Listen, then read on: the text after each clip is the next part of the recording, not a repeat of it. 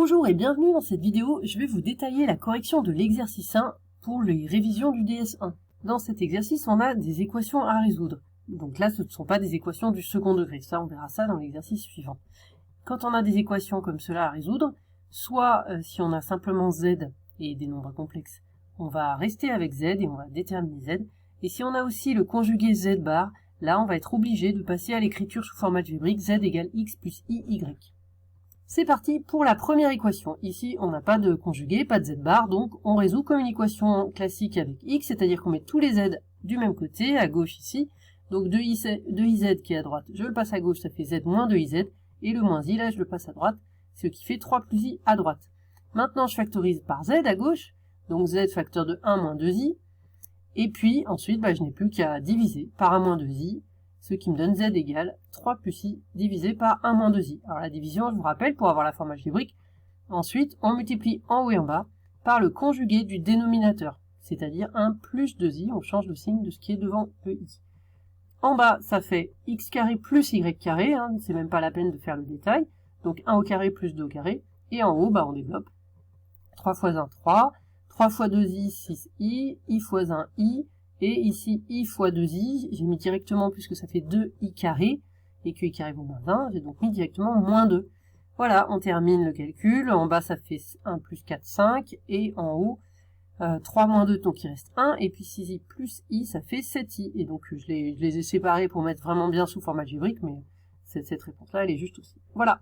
Deuxième équation, cette fois-ci, on a z bar dans l'équation. Donc là, on va poser z égale x plus iy, avec x et y réels.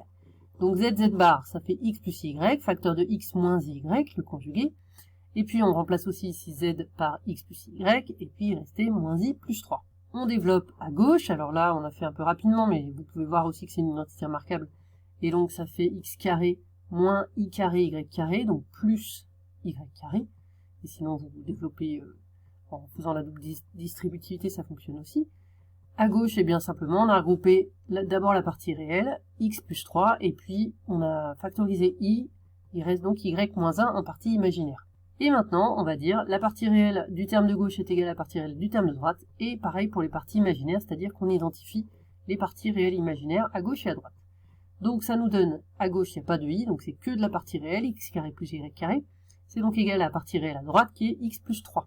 Donc voilà la première équation. Donc maintenant, partie imaginaire, à gauche il n'y en a pas, donc c'est 0, et à droite c'est y moins 1.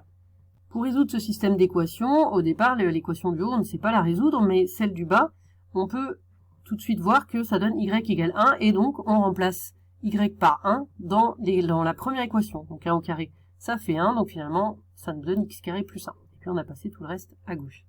Ce qui nous donne x carré moins x moins 2 égale 0, ça c'est une équation du second degré, on est dans R ici. Mais ça fonctionne bien, on calcule delta, on trouve deux valeurs, 2 et moins 1.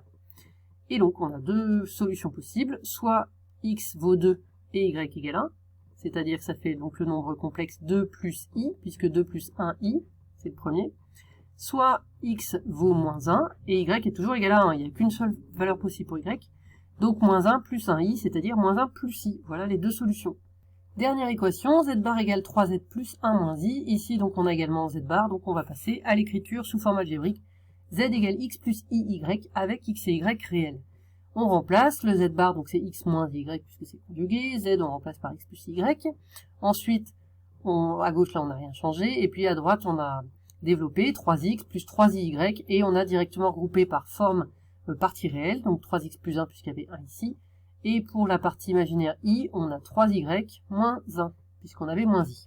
Maintenant, on passe à l'étape où on dit partie réelle à gauche égale partie réelle à droite, partie imaginaire à gauche égale partie imaginaire à droite, c'est-à-dire qu'on identifie les parties réelles imaginaires.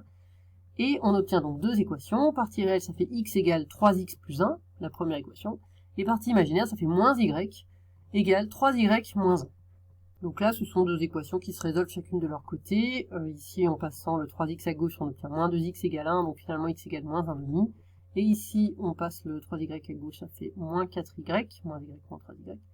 On divise, et ça simplifie, les moins simplifient, il reste 1 quart. Donc finalement, on a une seule solution, x égale moins 1,5 et y égale 1 quart, ce qui donne comme solution un nombre complexe moins 1,5 plus 1 quart de i.